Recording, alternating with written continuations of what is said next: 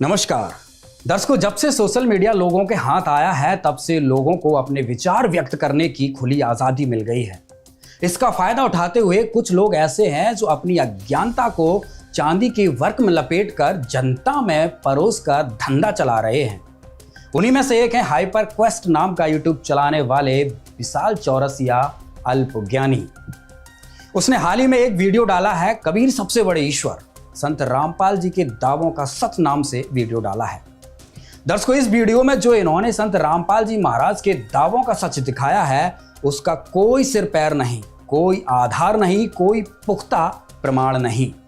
Google से ज्ञान लेकर केवल अपनी विद्वता को बिखेरने के प्रयास में अपनी अज्ञानता का परिचय दिया है, जिसका आज हम काउंटर करने जा रहे हैं और इनके एक एक दावे को तत्व ज्ञान रूपी दवाई देते जाएंगे, जिससे इनका अज्ञान रूपी कोढ़ रोग का इलाज हो सके।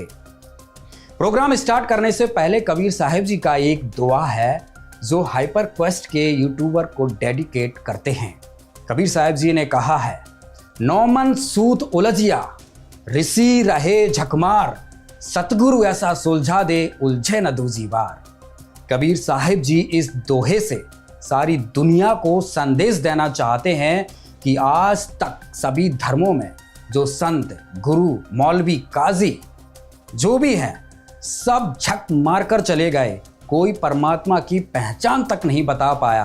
तो हाइपर क्वेस्ट वाले भाई साहब आपकी डुमडुमी क्या सुलझाएगी। दर्शकों, हमारे आज के कार्यक्रम में सत्य सनातन धर्म के विशेषज्ञ संत रामपाल जी महाराज के शिष्य और हाई कोर्ट और सुप्रीम कोर्ट के वकील के रूप में हमारे अतिथि भी हैं, जो हाइपर क्वेस्ट के झूठे दावों का प्रमाणों के साथ खंडन करेंगे।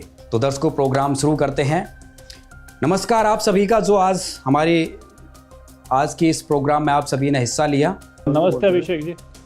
नमस्कार नमस्कार जी। तो सबसे पहला सवाल सर हम आपसे करते हैं विकास जी, जो जिस प्रकार से आपने हाइपर क्वेस्ट की वीडियो देखी है, वीडियो के प्रारंभ में ही वो दावा कर रहे हैं कि सनातन धर्म में कोई भी भक्ति कर सकते हैं, किसी भी प्रकार की भक्ति कर सकते हैं, पत्थर पूजा का भी विधान है। तो हम आप जी से जानना चाहते हैं, क्या सत्य सनातन धर्म किसी भी प्रकार की या कोई भी भक्ति क्रिया के लिए आदेश करता है? क्या ऐसा वेदों और शास्त्रों में विधान है कि हम कोई भी क्रिया को सनातन धर्म में कर सकते हैं? जी बताइए। अभिषेक जी, मैं पहले एक मिनट ना आपने बहुत अच्छा कहा अल्पज्ञानी।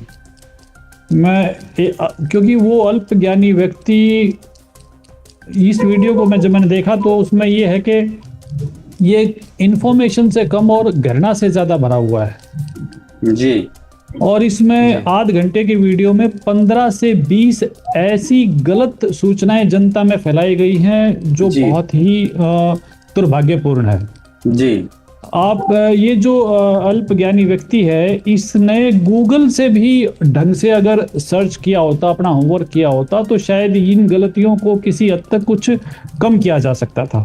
बिल्कुल। इसने सिर्फ अपनी प्रसिद्धि के लिए, अपनी दुकानदारी के लिए ये कुछ बेचता है, कुछ इसका एक शिक्षणम नाम से ऐप है, उसकी एक एडवर्टाइजमेंट के लिए इसने बहती गंगा में हाथ धोने की कोशिश की है। इसने वो कहा है जो लोग सुनना चाहते हैं। इसने वो नहीं कहा है जो शास्त्र प्रमाणित है, जो सत्य है। देखो, ये दोनों चीजें अलग अलग हैं। सत्य कुछ और होता है और हम सुनना कभी कुछ और चाहते हैं। और इसीलिए ये घृणा से भरकर उन सब चीजों को ले रहा है, जैसे मूर्ति पूजा का इसने उल्लेख किया जी। अब एक तरफ तो ये गीता जी की बात कर रहा है, उपनिषद की बात कर रहा है, वेदों की बात कर रहा है, और उधर से ये सनातन धर्म में ये स्वतंत्रता प्रदान कर रहा है कि हम किसी भी प्रकार से कोई भी पूजाएं जो आज हम कर रहे हैं वो सारी सही हैं। अगर ये सारी सही हैं तो फिर गीता जी, पवित्र वेद, तो उनकी आवश्यकता क्या रही? तो पहले से तो ये कंफ्यूज है। ये दिखा रहा है कुछ और बता रहा है कुछ और चाह रहा है कुछ और जी। तो किसी भी प्रकार से उन पूजाओं को मान्यता शास्त्रों में नहीं है जिसका इस अल्पज्ञानी व्यक्ति ने जिक्र किया है जी। जी सर, इसने वीडियो के प्रारंभ में लगभग 9-10 मिनट तक संत रामपाल जी महाराज पर कई ऐसे आरोप लगाए हैं जिनका कोई आधार नहीं है। तो सर मैं आपसे ये जानना चाहता हूँ, जिस प्रकार से इन्होंने वीडियो में प्रारंभ में कहा है कि संत रामपाल जी महाराज ने 1999 में आश्रम बनाया, फिर करौथा के बाद वो कुछ केस होता है, उसके बाद रोहतक और झज्जर में भी आश्रम बनाया। क्या संत रामपाल जी ने कोई ऐसा आश्रम बनाया है जिसका ये जिक्र कर रहे हैं अपनी वीडियो में? देखिए, मैं फिर दोबारा से वही कर रहा हूँ, अगर ये गूगल सर्च भी कर लेते तो कम से कम आश्रम की जानकारी तो इनके पास आ जाती ना। हाँ जी। झज्जर जिला में आज तक भी संत रामपाल जी महाराज, अब तो बहुत सारे आश्रम बन चुके हैं, विश्व भर में आश्रम हैं, लेकिन झज्जर में तो आज तक भी कोई आश्रम नहीं है जी। तो ये जो चीजें हैं, ये इसने गूगल से भी ढंग से इसने अपना होमवर्क नहीं किया और इनको जैसे आया वैसे ही इन सब चीजों को बोल दिया। रोहतक में करौथा गांव में एक आश्रम था जो इन मिथ्याचारी और मिथ्यारोपी जो ये आर्य समाज से संबंधित लोग अपने आप को बताते हैं, वो उनकी वजह से वो बंद करना पड़ा। हालांकि उसका पूरा अधिकार जो है वो कानूनी रूप से संत रामपाल जी महाराज के शिष्यों के पास है, लेकिन आश्रम झज्जर में कोई नहीं है, एक आश्रम रोहतक में है। जी, तो इससे स्पष्ट हुआ जिस प्रकार से हाइपर क्वेस्ट के जो ये यूट्यूबर हैं जिसकी वीडियो वायरल हो रही है, जिसमें संत रामपाल जी के जो इन्होंने आरोप लगाया, आप देख सकते हैं। हम इनके एक एक पॉइंट के जो इन्होंने एक एक दावा किया उसका खंडन करेंगे। तो सबसे पहले वीडियो के स्टार्ट में ही इनका झूठ पकड़ा गया। तो जैसा कि संत रामपाल जी के जो शिष्य हैं उन्होंने सिद्ध किया कि भाई वहाँ पे कोई आश्रम है ही नहीं है, जिससे इनका ये जो पॉइंट था जो इनका था वो उसको झूठा साबित किया गया। इसमें एक बात और अगर आपकी परमिशन हो तो मैं जोड़ना चाहूंगा अभिषेक जी।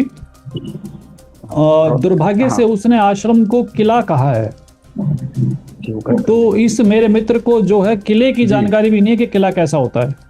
जी जी जी बिल्कुल। किले के बाहर चारद्वारी होती है, चारद्वारी के बाहर एक खाई होती है और बहुत सारे सुरक्षा के अन्य इंतजाम होते हैं जो किले के बारे में आप मैं सब जानते हैं। जी जी। और इसने आश्रम कहा, आश्रम को किला कहा है, तो मैं इससे ये पूछना चाहूंगा कि उस हमारे आश्रम की दीवार कितनी मोटी है, 9 इंची, 13 इंची या 24 इंची? जबकि किला जो होता है उसकी दीवारें कई कई मीटर चौड़ी होती हैं। जी जी। बाहर कौन सी खाई खोद रखी है, कौन से मगरमच्छ उसमें डाल रखे हैं? जी। किसी भी सत्संग भवन को, किसी भी धार्मिक स्थान को किला कहना सिर्फ इसकी घृणा का जो एक तरीका है, ये सिर्फ बदनाम करना चाहता है संत रामपाल जी महाराज को।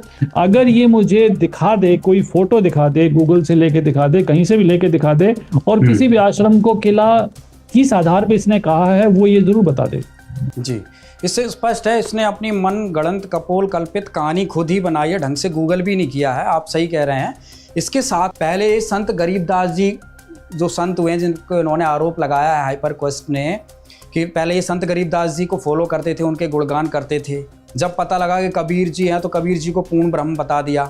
तो क्या कहेंगे आप इस विषय में? क्या इस व्यक्ति ने गरीबदास जी को या कबीर जी का अध्ययन किया है? क्या ये दोनों चीज़ें अलग अलग हैं? गरीबदास जी का पंथ या कबीर पंथ ये दोनों अलग अलग भिन्न भिन्न है? जो अपनी वीडियो में इसने भिन्नता दिखाई है। देखिए, अब बड़ी समस्या हो जाती है किसी भी अज्ञानी व्यक्ति को सुलझाना, क्योंकि इन्होंने बातों को इस तरीके से, पहली बात तो ये भी नहीं जानते कि गरीबदास जी कौन थे, कहाँ उन्होंने क्या क्या जन कल्याण के लिए क्या क्या किया। इनके पास कोई जानकारी किसी तरह की नहीं है। ये सिर्फ गरीबदास जी नाम इन्होंने लिया, उससे अलग उनकी महिमा में ये कुछ नहीं कह पाए। वैसे मैं दर्शकों जानकारी के लिए बता दूं, गरीबदास जी को 1727 ईस्वी में कबीर परमेश्वर स्वयं प्रकट हुए थे और उनके गांव के पास एक खेत था जिस खेत का नाम नला था, और वहां कबीर परमेश्वर उनको मिले थे। जी। कबीर परमेश्वर ने उनको ज्ञान दिया और उनको तमाम ब्रह्मांडों की, असंख्य ब्रह्मांडों की जानकारी दी और परमेश्वर का पूरा ज्ञान दिया। और इसके चलते गरीबदास जी साहब जी ने एक अमर ग्रंथ साहिब के नाम से पवित्र पुस्तक की रचना की। जी। और संत रामपाल जी महाराज उसी पवित्र पंथ से जुड़े हुए हैं, उसी पवित्र पंथ के महान संत हैं। जी। गरीबदास जी से ये पंथ आरंभ हुआ और आज संत रामपाल जी वर्तमान में उसके पूर्ण संत हैं। और जो गरीबदास जी ने अमर वाणी रची, वो अमर ग्रंथ जो है, संत रामपाल जी महाराज प्रत्येक समागम में उसका अखंड पाठ करवाते हैं और पूरी संगत और संत रामपाल जी महाराज स्वयं गरीबदास जी द्वारा दिए गए ज्ञान का पालन भी करते हैं। जी, मतलब कबीर पंथ में ही गरीबदास जी पंथ बना, वहीं से निकला हुआ है। तो कहने का मतलब ओवरऑल ये कबीर पंथ ही है सारा। और संत रामपाल जी जी जी और कबीर जी परमात्मा है, ये घोषणा 300 साल पहले गरीबदास जी डंके की चोट पर करके गए हैं और जी, जी। वो लिखित प्रमाण आज भी हम सब के बीच में है। जी बिल्कुल लेकिन प्रमाण है। इन मूर्ख व्यक्तियों को तो गूगल भी ढंग से सर्च करना नहीं आता, उस परम संत के बारे में ये कैसे जान पाएंगे? जी बिल्कुल। तो दर्शकों, जिस प्रकार से हाइपर क्वेस्ट द्वारा जो आरोप लगाए गए थे उनका लगातार खंडन होता जा रहा है, उनके दावों को झूठ में तब्दील किया जा रहा है। ऐसा ही उन्होंने एक और दावा किया है कि संत रामपाल जी महाराज पर बहुत सारे केस हुए हैं, हत्याएं की हैं, आश्रमों में हत्याएं हुई हैं, पुलिस वाले की हत्या हुई है, कई अप्रमाणित चीज़ें उन्होंने अपने वीडियो में दिखाया है। तो इसका जवाब लेने के लिए तो हमारे साथ Punjab and Haryana high court के वकील जुड़े हुए हैं, हितेंद्र अत्री जी। नमस्कार हितेंद्र जी। नमस्कार जी अभिषेक जी।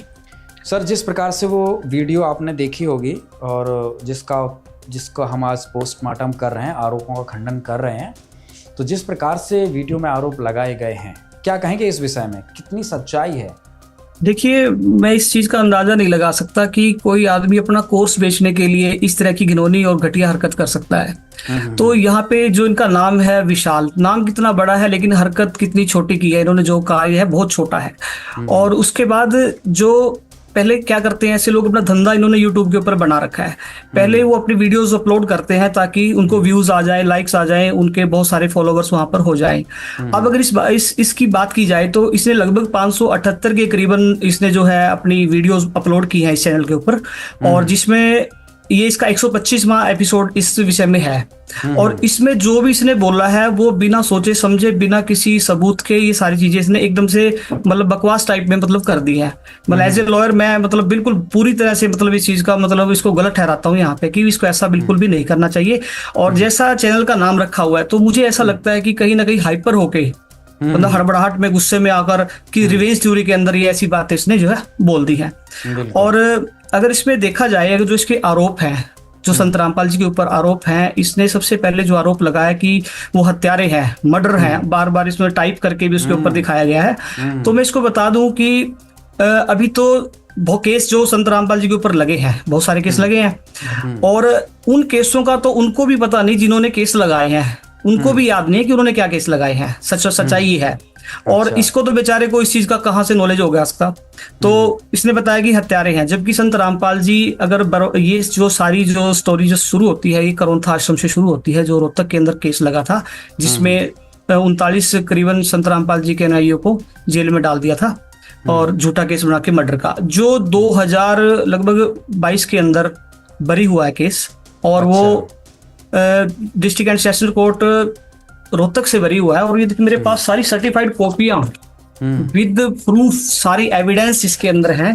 टोटली इसकी बहुत बड़ी बड़ी फाइलें मेरे पास हैं।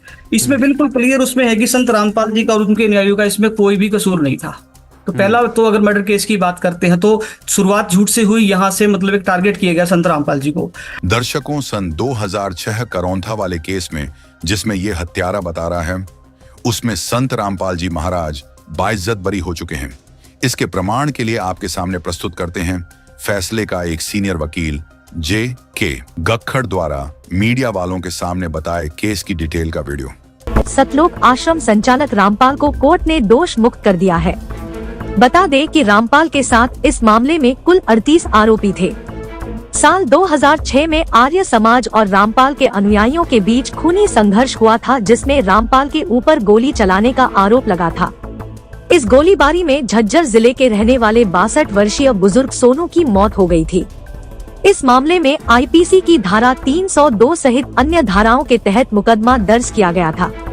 13 साल चले इस मामले में 5 आरोपियों की मौत हो चुकी है, जबकि 5 इस अभी भी भगोड़े हैं। रामपाल समेत बाकी बचे आरोपियों को आज एडिशनल जज राकेश सिंह की कोर्ट द्वारा फैसला सुनाया गया है। इस मामले में कुल 26 लोगों की गवाही हुई है। किसी ने भी रामपाल के खिलाफ गोली चलवाने के गवाही नहीं दी। कोर्ट ने अपने फैसले में कहा कि रामपाल के आश्रम से बरामद किए गए 13 हथियारों में से किसी भी हथियार से बुजुर्ग सोनू पर गोली नहीं चलाई गई थी। टोटल 27 अक्यूज का मुकदमा श्री राकेश सिंह एडिशनल सेशन जज की कोर्ट में चल रहा था। यह मुकदमा 12/7/2006 को दर्ज हुआ था और रामपाल और इनके साथी 13/7/2006 को सुबह आश्रम से गिरफ्तार हो गए थे। इनके खिलाफ मुकदमा चला जिसमें 62 आदमी टोटल थे जिनको चोटें लगी थी। इनमें से एक आदमी सोनू, उसकी मृत्यु हो गई थी और उसकी मृत्यु गोली लगने से हुई थी। अब आज हमारे सामने 27 मुलजिम थे, जिनमें से 3 दोषियों को, कृष्णकांत, देवेंद्र और सुनील को 2-2 साल की RZ के नीचे सजा की गई है, क्योंकि इनके पास जो असला था वो दूसरों का था, पर इनके पास कोई लाइसेंस नहीं था। इसके अलावा रामपाल समेत 24 दोषियों को सब जुर्मों से बरी कर दिया गया है। तो क्या चार्जेस थे सर इनके ऊपर 302, 307, 148, 149, 120B और RZ। तो इसमें टोटल कितने गवाह गुजरे? इसमें 78 गवाह भुगते थे जी, जिसमें पब्लिक के कितने थे? 26 गवाह पब्लिक के भुगते थे जी। तो उनमें से किसी भी एक गवाह ने ये नहीं कहा कि मरने वाले को या जिन आदमियों को चोट लगी है कौन सी दोषी की गोली लगी और उस गोली से इनको चोट लगी, क्योंकि इन 27 दोषियों में से टोटल 14 असले बरामद हुए थे और एक भी गोली मरने वाले को नहीं लगी और एक भी गोली, जितने हमारे इंजर्ड थे उनमें किसी को चोट नहीं लगी उन गोली से। मरने वाले के शरीर से 2 बुलेट्स निकले थे, वो 315 बोर के थे, 2 315 बोर के असले और बाकी सारे मधुबन हमारे लेबोरेटरी में भेजे गए थे और उस लेबोरेटरी की रिपोर्ट के मुताबिक मरने वाले के शरीर की जो बुलेट थी किसी भी वेपन से मिलके नहीं आई, क्योंकि मेडिकल इसमें बिल्कुल लैकिंग था। ऑकुलर गवाह, जबानी गवाह, किसी ने भी ये नहीं कहा कि ये रामपाल ने गोली चलाई या किसने गोली चलाई और इस गोली से वो आदमी फलाना मरा। इसमें एक अहम बात बताने वाली है कि 8 गवाहों ने ओपन कोर्ट में ये कहा कि पुलिस और मॉब के बीच में जो भिड़ंत थी इस वजह से कई आदमियों को चोटें लगी हैं। ये किस तारीख की घटना सर, किन के बीच हुआ था विवाद? ये 12/7/2006 को रामपाल के आश्रम में एक पूर्णमासी के नाम से कोई फंक्शन चल रहा था। 27 गांवों की आसपास के गांव वाले जो आर्य समाज में विश्वास करते थे, उन लोगों ने पंचायत करके फैसला किया था कि यहाँ से आश्रम के ऊपर ये जाम लगा हुआ है, इसको खाली करवाने के लिए और आश्रम को खाली करने के पर्पज़ के लिए बातचीत करने के लिए आए थे। परंतु उससे पहले ही एडमिनिस्ट्रेशन को आभास हो गया था और दोनों तरफ, उधर झज्जर जिला की और इधर रोहतक जिले की पुलिस और एडमिनिस्ट्रेशन वही थी। 5-6 हज़ार पुलिस वाले वहाँ हाजिर थे, CRPF की भी बटालियन थी।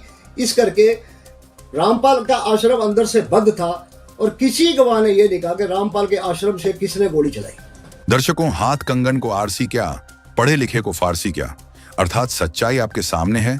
इससे स्पष्ट हो जाता है कि संत रामपाल जी महाराज ने न गोली चलाई, न उनके अनुयायियों ने गोली चलाई, न उनसे कोई मर्डर हुआ। वो बाइज्जत बरी हुए हैं। दर्शकों, अब ये हाइपर क्वेस्ट के जो विशाल चौरसिया है, कहने के लिए तो इनका नाम विशाल है, परंतु बहुत ही संकीर्ण बुद्धि का व्यक्ति है।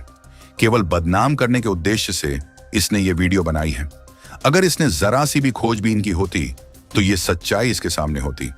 दर्शकों, आप ही स्वयं विचार कीजिए। अब ये वीडियो अपने चैनल पर डाल रहा है 9 अक्टूबर 2024 को और संत रामपाल जी महाराज इसी केस में बरी हुए हैं। 20 दिसंबर 2022 को विशाल चौरसिया, कुछ तो शर्म आनी चाहिए थी, बिना तथ्य जाने झूठ फैला रहा है। तो उसके बाद जो है इन्होंने आरोप लगाया कि संत रामपाल जी क्रिमिनल्स को शरण देते हैं। मतलब ये तो इतनी घटिया बात है कि पहला नंबर तो संत रामपाल जी जो मेरे क्लाइंट हैं और संत भी हैं, तो वो इनकी तरह कोर्स नहीं बेचते। वो लोगों की हेल्प करते हैं विदाउट किसी स्वार्थ के, किसी भी मतलब कोई भी उनका कोई खुद का कोई सेल्फिश उसमें नहीं है वो बिल्कुल भी।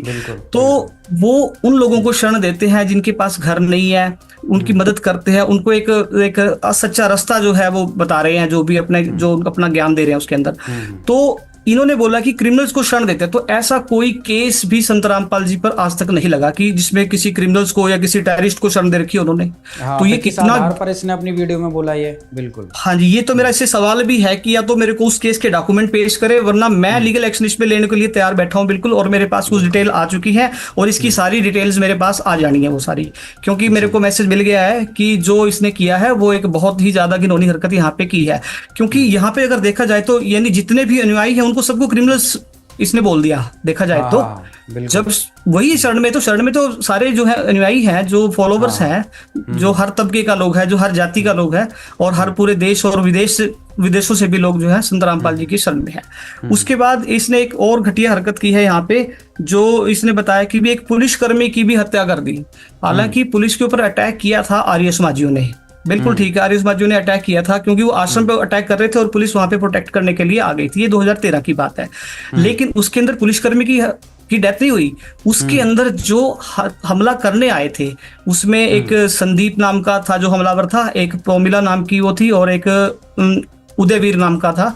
तो इन तीनों की डेथ हुई थी और वो पुलिस की गोली से हुई थी, ना कि संत रामपाल जी के किसी शिष्य ने गोली चलाई थी।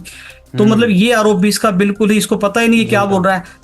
शायद कोई ऐसा कोई ऐसी चीज लेके कोई खा पी कर ऐसा बोल देता है कई बार, जिससे मतलब कि समाज को मतलब से एक भड़काने के लिए या उसको एक जैसे कि किसी की छवि गिराने के लिए है, जो इसने ऐसा किया है।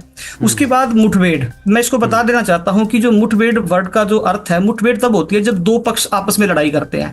तो यहाँ पर जितने भी केस हुए हैं, जो भी इंसिडेंट्स हुए हैं, उनके अंदर संत रामपाल जी के आश्रमों पर हमले हुए हैं। तो उधर से मुठभेड़ तो होती है, अगर वहां से भी गोलियां चलती है होता, तो वहां पे पुलिस प्रोटेक्शन के लिए आई है। तो अगर मुठभेड़ हुई है तो पुलिस और आर्य समाजियों की हुई है, ना कि संत रामपाल जी के शिष्यों की और आर्य समाजियों की। उसके बाद इसका एक आरोप और है कि कोर्ट में तोड़फोड़ की सन 2014 में। अब 2014 के अंदर मेरे को ये एक भी केस ऐसा दिखा दे जिसके अंदर कोर्ट के अंदर तोड़फोड़ कर रखी हो। एक सिंगल किसी फॉलोवर का नाम भी दिखा दे कि उसने तोड़फोड़ की है कोर्ट के अंदर। कितनी बड़ी बात है कि कोर्ट के अंदर, कोर्ट के ऊपर अटैक करना। मतलब ये किस दुनिया में रह रहा है, इसको यही नहीं पता जी। यूट्यूब के ऊपर जो आज सोशल मीडिया इतना एक्टिव है, तो इसको शायद नहीं पता कि इन सभी बातों के जवाब भी देने होते हैं और बाद में इसके लिए बहुत सारा पछताना पड़ता है और बाद में माफिया मांगते हैं, लेकिन उसका कोई फायदा नहीं उस टाइम मिलता। उसके बाद इसका एक आरोप और है कि ये हिंदुओं के विरुद्ध बोलते हैं। मतलब वो कोई भी एविडेंस, संत रामपाल जी की एक बुक मैंने भी देखी है, हिंदू धर्म महान। भी जो इंसान, ये जो भी हम जो फॉलोवर्स तो उनको मतलब भगवान मानते हैं, कि भी उन धर्मों के बारे में भी अच्छा लिख रहे हैं, उनकी जो है उनमें से वो ज्ञान को निकाल कर बता रहे हैं। तो ये बता रहे हैं कि हिंदू के विरुद्ध है। तो ये भी इसका जो आरोप है, ये बिल्कुल मतलब एक रिवेंज थ्योरी का ही एक असर है इसका। उसके बाद इसने आरोप लगाया कि पेशियों पर नहीं गए। अब एक बताओ, मैं तो ये बताना चाहता हूँ, इसको जो कंटेम्प्ट ऑफ कोर्ट भी लगा है वो भी पेशी पे गए उनके ऊपर लगे हैं। मतलब संत रामपाल जी उस दिन भी कोर्ट में मौजूद थे जब उनके ऊपर ये कंटेम्प्ट ऑफ कोर्ट का केस लगा। तो वहां पर ये कैसे कह सकता है कि पेशियों पर नहीं गए। और जिन केसों की बात कर रहे हैं तो वैसे भी 2014 के केस के बाद के केस है। मतलब इसको केसों को कहां से कहां शुरू हुई, कहां क्या केस लगा, बिल्कुल नॉलेज नहीं है। सुनी सुनाई बात या इसने मनगढ़ंत बातें जो अपनी तरफ से बना के वो बोल दी। उसके बाद शेडिएशन का इसने बताया। शेडिएशन का आज तक संत रामपाल जी के ऊपर जो है आरोप सिद्ध नहीं हो पाया। 10 साल हो गए, 2014 में FIR काट दी थी, लेकिन आज तक ये आरोप है जो सिद्ध नहीं हो पाया। और उसके बाद ये इसका एक एलिगेशन हो रहा है कि वो ब्रेन वॉश करते हैं। मतलब आप एक देखो कि आज कोई जेल में है और उसके करोड़ों चाहने वाले हैं। मतलब कमाल की बात। तो यहाँ से इसकी अकल आ जानी चाहिए कि कोई जेल में है और उसको इतने लोग चाह रहे हैं, तो इसमें कुछ ना कुछ तो क्वालिटी है ना। और वो ब्रेन वॉश कैसे हुआ कि उनके दिमाग की गंदगी निकाल के उनमें अच्छी चीजें भर दी, तो ब्रेन वॉश हो गया। हम मानते हैं फिर तो ये तो ब्रेन वॉश मान ही सकते हैं ना इस चीज को तो। लेकिन इसका जो कहने का तरीका है वो आरोप लगाकर, अब क्या है, ये अपनी वीडियो में जो चाहता है कि इसको कुछ लाइक्स मिल जाएं और फॉलोवर बढ़ जाएं और वाहवाही हो जाए, क्योंकि कमेंटर भी मैंने देखा उसमें जो कमेंट कर रहे हैं वो ऐसा वीडियो और बनाइए, लेकिन वो वीडियो इसको जेल भिजवा देगा जो मेरे को लग रहा है इसके अंदर। और इसके लिए मैं पूरी तरह से तैयार हूँ। ऐसे लोगों के सबक सिखाने के लिए हम भी लीगल वर्क करते हैं। तो और इसके अलावा जो इन्होंने जितने भी एलिगेशन लगाए हैं केसों के रिगार्डिंग, वो मैंने बता दिया कि केस लगभग सारे झूठे हैं और बहुत सारे केसों में संत रामपाल जी बरी हो चुके हैं और ये सारे उसको पता ही है। लेकिन इसने जो भी बरी हो चुके हैं या उनकी कोई प्रॉपर डिटेल नहीं दी, मान लो सिर्फ एलिगेशन लगाने पे ज्यादा जोर दिया गया इसका। तो कितने केसों में संत रामपाल जी बरी हुए हैं अभी तक? देखिए 80% केसों में संत रामपाल जी बरी हो चुके हैं। 20% जो केस है वो अंडर ट्रायल है, अभी उनके ट्रायल पेंडिंग है। हाँ जी, उनके ट्रायल पेंडिंग है अभी और उनमें फैसले अभी नहीं आए। ठीक है। और जो केस ये बता रहे हैं कि उनमें ऐसा हो गया, तो अभी वो अपील में पेंडिंग है। जब तक अपील में केस खत्म नहीं होता तब तक आप उसको नहीं बता सकते कि इसमें क्या होगा क्या नहीं होगा।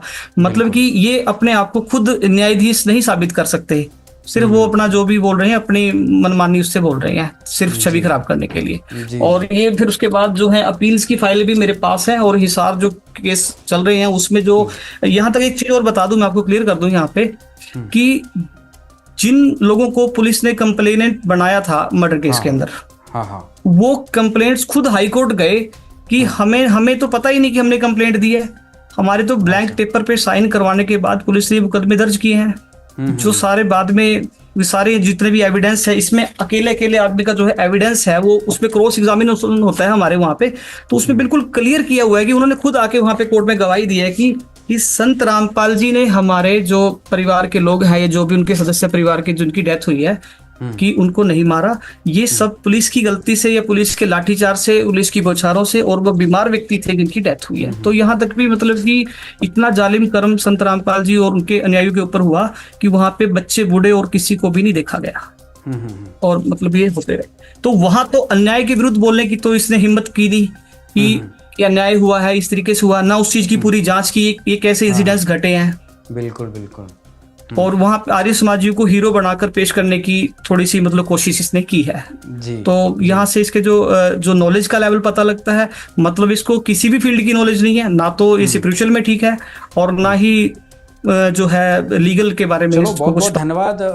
क्या कहेंगे आप इस विषय में? सर देखिए, ये एक प्रजातंत्र है, यहाँ पर कोई कुछ भी आरोप लगा सकता है। जहाँ तक रही हाइपर क्वेस्ट की, तो इनका रिसर्च का सोर्स जो है वो विकिपीडिया है, जो कुछ भी अनाप शनाप न्यूज़ है वो छापता रहता है, डालता रहता है इन्फॉर्मेशन।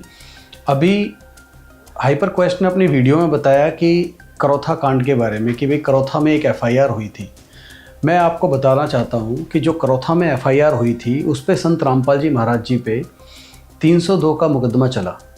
आप यकीन नहीं मानोगे, कई साल वो मुकदमा चला, और मुकदमा जब डिसीजन पे आया तो माननीय कोर्ट ने संत रामपाल जी महाराज समेत सभी जितने भी आरोपी थे उनको बाइज्जत बरी कर दिया। पर ये मीडिया नहीं दिखाएगा, क्योंकि इसमें मीडिया की किरकिरी होती है। जिस समय वो एफआईआर हुई, मीडिया ने इसको बहुत उछाला, संत रामपाल जी महाराज जी के बारे में अनाप शनाप बगा। पर जब संत रामपाल जी महाराज बरी हुए तब मीडिया ने छुपा लिया। मीडिया उस चीज़ को नहीं बताएगी। यही काम हाइपर क्वेस्ट वालों ने करा है। उन्होंने ये तो बता दिया कि संत रामपाल जी महाराज जी पर 302 का मुकदमा लगा था, पर उन्होंने ये नहीं बताया कि संत रामपाल जी महाराज जो है बाइज्जत बरी हो चुके हैं। ये मेरे हाथ में जजमेंट भी है, अगर आप देखोगे तो ये माननीय एडिशनल डिस्ट्रिक्ट सेशन जज हैं रोहतक में, राकेश सिंह जी, उनकी जजमेंट है ये। और इसमें 20/12/2022, आप समझ रहे हो, 2006 का मुकदमा, और 20/12/2022 को जजमेंट आई है। कितने साल संत रामपाल जी महाराज जी को न्याय के लिए इंतजार करना पड़ा। चलो, ट्रूथ ऑलवेज विन। संत रामपाल जी महाराज जी जीते, इसमें बाइज्जत बरी हुए। पर मीडिया इस बात को क्यों नहीं उठाता है, क्यों नहीं दिखाता है कि ये मुकदमा संत रामपाल जी महाराज जी पे फर्जी डाला गया था, संत रामपाल जी महाराज जी पे ऐसा कोई भी आरोप सिद्ध नहीं हुआ। तो इसका क्या, आप भी समझदार हैं, समाज भी समझदार है, और ये चीज़ें आज ऑनलाइन भी हैं। वीडियो में आगे बढ़ते हैं तो हमारे आगे अतिथि हैं, निखिल जी भी हैं। निखिल जी नमस्कार। नमस्कार जी। सर, वीडियो आपने भी देखी है, और वीडियो में जो अगला दावा इनका किया गया है, जिस प्रकार से इन्होंने वीडियो के टाइटल में लिखा गया है कि संत रामपाल जी के दावे कितने सच हैं, उसमें ये दावा कर रहे हैं कि संत रामपाल जी ने कबीर को पर ब्रह्म बताया है, और संत रामपाल जी अपने आप को अवतारी बताते हैं, कबीर जी के दोहों का गलत मतलब निकालते हैं। तो आप बताइए, क्या ये जो पॉइंट इन्होंने उठाया है इसमें कितनी सच्चाई है? कबीर जी को संत रामपाल जी महाराज क्या बताते हैं, और इन्होंने जो रिसर्च की है, क्या वो रिसर्च सही है? नमस्कार अभिषेक जी। आपके दर्शकों को मैं बताना चाहूँगा कि हाइपर क्वेस्ट जो वीडियो बनाई है, जो ये यूट्यूबर है, इन्होंने बहुत ही ज़्यादा ज्ञान का प्रदर्शन किया है। और मैं ये दुर्भाग्य समझता हूँ हमारे समाज का, कि हमारे समाज में आम जन मानव को, आम इंसान को यह तक ज्ञात नहीं है कि ब्रह्म, परब्रह्म, पार ब्रह्म ये क्या संज्ञाएं हैं। जी। इन संज्ञाओं को लेकर कोई ज्ञान, पूरा अज्ञान समाज के अंदर प्रचलित है। हमारे आम समाज के अंदर तो देवी देवताओं का भी वास्तविक ज्ञान प्रकाश के अंदर नहीं आया है। तो ये हमारा बहुत ही ज्यादा दुर्भाग्य है हमारे समाज का कि हमें ऐसे नकली धर्म गुरु मिले, जी ऐसे अज्ञानी धर्म गुरु मिले और उनके अंध भगत मिले, जैसे कि जिनमें से एक जो हाइपर कैस्ट जो यूट्यूबर है वो भी कोई ना कोई एक अंध भगत ही है, जो इस तरीके के वाक्य अपने यूट्यूब चैनल पे बिना सोचे समझे अपने एक यूट्यूब वीडियो बना रहे हैं, जो कि जिसका कोई आधार नहीं है, जिसका कोई सिर पैर नहीं है। जी सबसे पहले तो मैं अपने पूज्य गुरुदेव जी संत रामपाल जी का आभार व्यक्त करता हूँ कि उनकी कृपा से, उनके सत्संग प्रवचनों से पूरे मानव समाज का अज्ञान दूर हो रहा है। पूरे मानव समाज को कोई दाना दाना कोई अध्यात्म का आज कोई गिनवा रहा है, कोई शास्त्र, एक एक शास्त्र, गीता, वेद, ये सब एकदम लाइन टू लाइन जो खोल के दिखा रहे हैं, बिल्कुल प्रमाणित ज्ञान जो दे रहे हैं, वो सिर्फ पूरी पृथ्वी पे आज के समय सिर्फ संत रामपाल जी महाराज हैं। और जितने भी दर्शक हैं वो डेली उनके साधना टीवी पे, इंटरनेशनल टीवी चैनल पे सत्संग आते हैं, वो उनको देख के अपना ज्ञान को दूर कर सकते हैं। बहुत ही सिंपल तरीका है जी।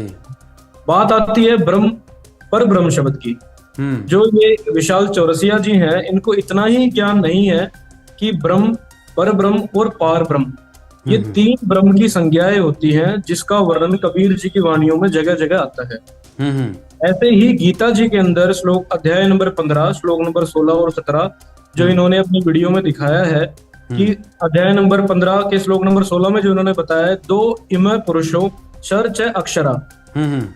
उस संस्कृत के श्लोक के अंदर पुरुष की बात हो रही है, जहां पे ये अर्थ का अनर्थ कर रहे हैं, जहां पर ये प्रस्तुत कर रहे हैं कि शर का मतलब है शरीर और अक्षर का मतलब है आत्मा। हालांकि उस श्लोक से स्पष्ट हो रहा है कि वहां पर पुरुष की बात हो रही है। पुरुष की संज्ञा वेदों के अंदर, गीता के अंदर परमात्मा के लिए की गई। अगले ही श्लोक में 15 अध्याय श्लोक नंबर 17 के अंदर ये स्पष्ट हो रहा है, उत्तम पुरुष परमात्मा अन्य इति उदारते या लोक अवश्य विवर्ती। इस श्लोक के अंदर ये स्पष्ट हो रहा है कि वो उत्तम पुरुष, उसके सरलार्थ में भी स्पष्ट किया गया है, पुरुष का अर्थ परमेश्वर से किया गया है कि वो उत्तम पुरुष, वो परमात्मा तो अन्य ही है जो तीनों लोक में प्रवेश करके सबका धरण और पोषण करता है जी। ये सारा गीता का ज्ञान, वेदों का ज्ञान कबीर परमेश्वर जी ने अपनी वाणियों में बड़ी सरलता से आम जन मानव समाज के लिए बड़ी सरल भाषा में, क्योंकि संस्कृत आज के मानव का इतना ऐसी परिस्थितियां हो गई हैं कि आज के मानव की इतनी स्थिति नहीं है, ना पहले थी कि हम इतने ज्यादा गूढ़ शब्दों के अर्थ को समझ पाए। कबीर जी का ये वो परमात्मा है, स्वयं संत रूप में आए, उन्होंने एक लीला की, उनका ये उपकार रहा कि उन्होंने सरल भाषा में हम जैसे आम मनुष्यों के लिए ज्ञान को दिया। उनका एक दोहा इस चीज को स्पष्ट करता है, कबीर अक्षर पुरुष एक पेड़ है, शर पुरुष वा की डार और तीनों देवा शाखा है, ये पात रूप संसार। उनकी अन्य वाणियों के अंदर कबीर परमेश्वर जी की जगह जगह ये वर्णन आता है कि कबीर जी जो है वो पूर्ण ब्रह्म है। सत्संग प्रवचनों के माध्यम से मेरे पूज्य गुरुदेव संत रामपाल जी महाराज जी ने बहुत बार ये स्पष्ट किया है कि कबीर जी जो है वो पार ब्रह्म है, ना कि पर ब्रह्म। ब्रह्म की तीन संज्ञाएं हैं जी, ब्रह्म, पर ब्रह्म, पार ब्रह्म। कबीर जी जो है वो पार ब्रह्म है, ना कि पर ब्रह्म। जो हमारे ये यूट्यूबर हैं, इनका ये अज्ञान स्पष्ट करता है कि वो कबीर जी को पर ब्रह्म सिद्ध करने की कोशिश कर रहे हैं, जो कहीं से भी जिसका कोई सिर और पैर नहीं है। बिल्कुल अनपढ़ व्यक्ति के ही काम है ये, क्योंकि इन्होंने एक तरफ कहा कि मैंने ज्ञान का पुस्तक का अध्ययन किया है, दूसरी तरफ कह रहे हैं कि इन्होंने कबीर जी को पर ब्रह्म बताया है। तो इससे जो आपने अभी जो पूरा प्रमाण के साथ बताया, इससे सिद्ध हुआ कि संत रामपाल जी महाराज कबीर जी को पर ब्रह्म नहीं बताते हैं, पार ब्रह्म बताते हैं।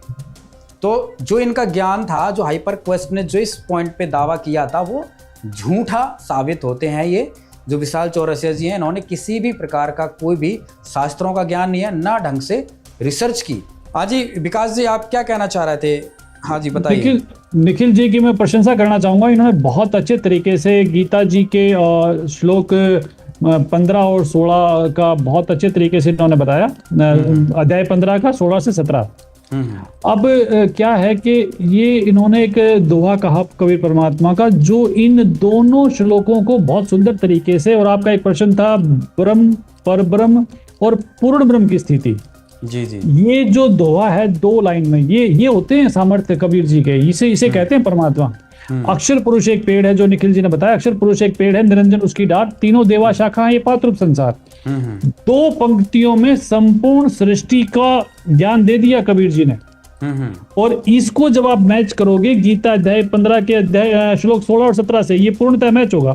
अक्षर पुरुष एक पेड़ है, यहाँ है ना अक्षर पुरुष, निरंजन उसकी डार, यानी कि जो शर पुरुष है वो निरंजन है, उसको निरंजन कहो, ब्रह्म कहो, काल कहो, संत भाषा में उसके बहुत सारे नाम हैं। अक्षर पुरुष जो है वो पर ब्रह्म है, पर ब्रह्म जी, यानी कि पर ब्रह्म जो है वो अक्षर पुरुष है, और शर पुरुष जो है वो ब्रह्म है जी। साधारण भाषा में भी हो गया और गीता के श्लोक में भी हो गया, शर पुरुष और अक्षर पुरुष। यहाँ वो महाशय जो हैं वो मुझे लग रहा है किसी की लिखी लिखाई स्क्रिप्ट पढ़ रहे हैं, उनका अपना ज्ञान तो कुछ है नहीं, और जो स्क्रिप्ट राइटर है वो भी एक मूड व्यक्ति है जी जी। वो क्योंकि उनकी बातों से पता लग रहा है कि वो सिर्फ एक टेलीप्रॉम्प्टर पे कुछ पढ़ा जा रहा है, उनकी अपनी कोई भी किसी प्रकार की बुद्धि का प्रयोग नहीं किया जा रहा। जी जी बिल्कुल। तो यहाँ 3 हो गए, शर पुरुष, अक्षर पुरुष और परम अक्षर पुरुष, यानी कि पूर्ण ब्रह्म जी। अब जो परम अक्षर पुरुष है यानी कि पूर्ण ब्रह्म है वो जड़ है जी, है? और जड़ से फिर तना, और तने से फिर डार, फिर तीनों देवा शाखा हैं, तीनों देवा शाखा हैं, पात्ररूप संसार यानी कि संपूर्ण सृष्टि की रचना होगी। अब वो मूड व्यक्ति क्या बता रहे हैं कि कृष्ण ही ब्रह्म है, ब्रह्म ही पर ब्रह्म है, और पर ब्रह्म ही पार ब्रह्म है, मतलब पोता ही ज्यादा है, ही श्री कृष्ण जी हैं, लास्ट में श्री कृष्ण जी पे जोड़ दिया गाटा, जोड़ दिया, यानी कि तीनों देवा, श्री कृष्ण जो विष्णु अवतार है ना, तीनों देवा हैं जी। तो उन्होंने श्री कृष्ण को कह दिया ब्रह्म, और ब्रह्म ही पर ब्रह्म। अगर मैं एक साधारण भाषा में कहूं कि पोता ही दादा है, दादा ही परदादा है, और परदादा ही सृष्टि का पिता है जी जी। और मुझे तो दुख उन लोगों पे आता है जो इसको सुन के नीचे कमेंट कर रहे हैं, अरे वो तो डूबे डूबे, जो उसकी वाहवाही कर रहे हैं वो कैसे व्यक्ति होंगे अभिषेक जी। मुझे तो तरस आता है इस सोशल मीडिया पे जो लोग इसका इस्तेमाल कर रहे हैं, क्या उनकी बुद्धि काम नहीं करती क्या? जी बिल्कुल सही कहा आपने, क्योंकि लोगों को शास्त्रों का ज्ञान तो है ही नहीं है, सच्चे ज्ञान का तो पता है ही नहीं है। अब उनको तो लगता है कि भाई जो जिस प्रकार से ये प्रोग्राम करते हैं, बहुत सारी वीडियोस इनके देखे जिससे पता लगा कि ये सनातन धर्म के ठेकेदार बने हुए हैं और सारे कपोल कल्पित कहानियां सुना रहे हैं, कभी इस उपनिषद का नाम लेते, कभी उस पुराण का नाम लेते। और सबसे अहम चीज़ क्या निकल के आई है विकास जी, आप इसका थोड़ा स्पष्टीकरण देना। इनका साथ में ही कहना है, वीडियो के प्रारंभ में इन्होंने कहा ना जाने क्यों लोग गुरुओं के चक्कर में चले जाते हैं, सनातन धर्म में इतने सारा प्रमाण है, इतने पुराने इतिहास हैं, इतने पुराने ग्रंथ हैं जिनको ना मानकर गुरु को बना लेते हैं। तो क्या इस विषय में आप कहते हैं क्या गुरु बनाना सनातन धर्म में मना किया गया है? अगर इस बेवकूफ व्यक्ति ने गुरु बना लिए होते ना तो आज ये आपका हमारा काम ना बढ़ा होता। जी जी जी। अब गुरु बिन काहू ना पाया गया ना, जो थोथा बुस चढ़े मूड किसाना है। शायद ही शायद हमारे पवित्र सनातन धर्म की कोई भी छोटी से छोटी पुस्तक भी अगर आप उठाओगे तो उसमें सबसे प्रथम आपको गुरु की महिमा ही कही जाएगी। अरे हम तो वो लोग हैं, मतलब आप सोचो, मतलब गुरु के लिए क्या क्या है, तमेव माता पिता तमेव, तमेव बंधु सखा तमेव, है ये किसके लिए है? मतलब ब्रह्मा, गुरु विष्णु, गुरु देवो महेश्वरा, बहुत सारी संज्ञाएं गुरु के लिए, मतलब आप बिल्कुल सबसे छोटी से छोटी पतली से पुस्तक भी अगर हमारे पवित्र सनातन धर्म की आप लोगे तो उसमें सबसे पहले परमात्मा की महिमा कम और गुरु की महिमा का बखान ज्यादा किया गया है। और बिना गुरु के तो संभव नहीं है, कुछ भी संभव नहीं है। बिल्कुल। और इसकी अज्ञानता का कारण सिर्फ यही धारणाएं हैं, जो धारणाएं ये इसमें अज्ञान रूप में परोसी गई हैं। जी जी। तो ये सब चीजें जो बहुत गलत हैं, गीता जी भी कहती है 4:34 में कि आप तत्वदर्शी संत के पास जाओ और विधान बताया कि दंडवत प्रणाम करो। और कबीर जी ने अमृतवाणी में कहा है कि तुम तो तुम्हारी औकात छोड़ो, रामकृष्ण से कौन बड़ा जी, तिन्हु भी गुरु कीन। हाँ जी है जी जी। 3 लोग के वो धनी, गुरु आ गया दीन। जी जी। अरे जो रामकृष्ण जो है आदर्श हैं, देवता हैं, 3 लोक के अधिकारी हैं, वो भी जब पृथ्वी पर आते हैं तो वो भी गुरु धारण करते हैं। जी जी बिल्कुल। और ये गुरुओं के बारे में इतनी अपशब्दों का प्रयोग करते हैं, कहाँ नरक में ठिकाना मिलेगा अभिषेक जी। मुझे तरस आता है इनकी बुद्धि पर। बात तो ये धर्म की करते हैं, लेकिन सारे के सारे अधर्म का पालन किया जा रहा है। घोर अधर्म का इन्होंने बखान किया है। 30 मिनट की वीडियो में इन्होंने अपना नरक पक्का कर लिया है। चलो अगले सवाल की ओर चलते हैं। अगला जो इन्होंने, अब बहुत सारे इनका पोस्टमार्टम पूरा करना है। ओम ही सबसे बड़ा है ना। अगर मोटा मोटा देखा जाए कि ओम में ही सब कुछ है, ओम ही क्षर है, ओम ही अक्षर है, ओम ही परम अक्षर ब्रह्म है, ओम में ही कृष्ण है, कृष्ण ही परम अक्षर है। तो ये सारी चीजें कहीं कहने का मतलब ओम में ही जड़ चेतना सब कुछ बता दिया है ना। और लास्ट में कंक्लूजन दे दिया कि भाई कृष्ण ही, राम कृष्ण ही, ये ही सब कुछ है गीता के अनुसार। तो युवराज जी, मैं आपके पास आता हूँ। इस विषय में आपके पास क्या विचार है? संत रामपाल जी महाराज ने क्या बताया है? क्या ओम ही सब कुछ है? क्या ओम का कभी नाश नहीं होता है? क्या ओम क्षर है या क्षर पुरुष अलग है या ओम अलग है या ये सब एक ही है? जिस प्रकार से इसने सारी कहानी गोल मोल करके बताई है, क्या कहेंगे इस प्रकार से? ओम ही सबसे बड़ा है क्या?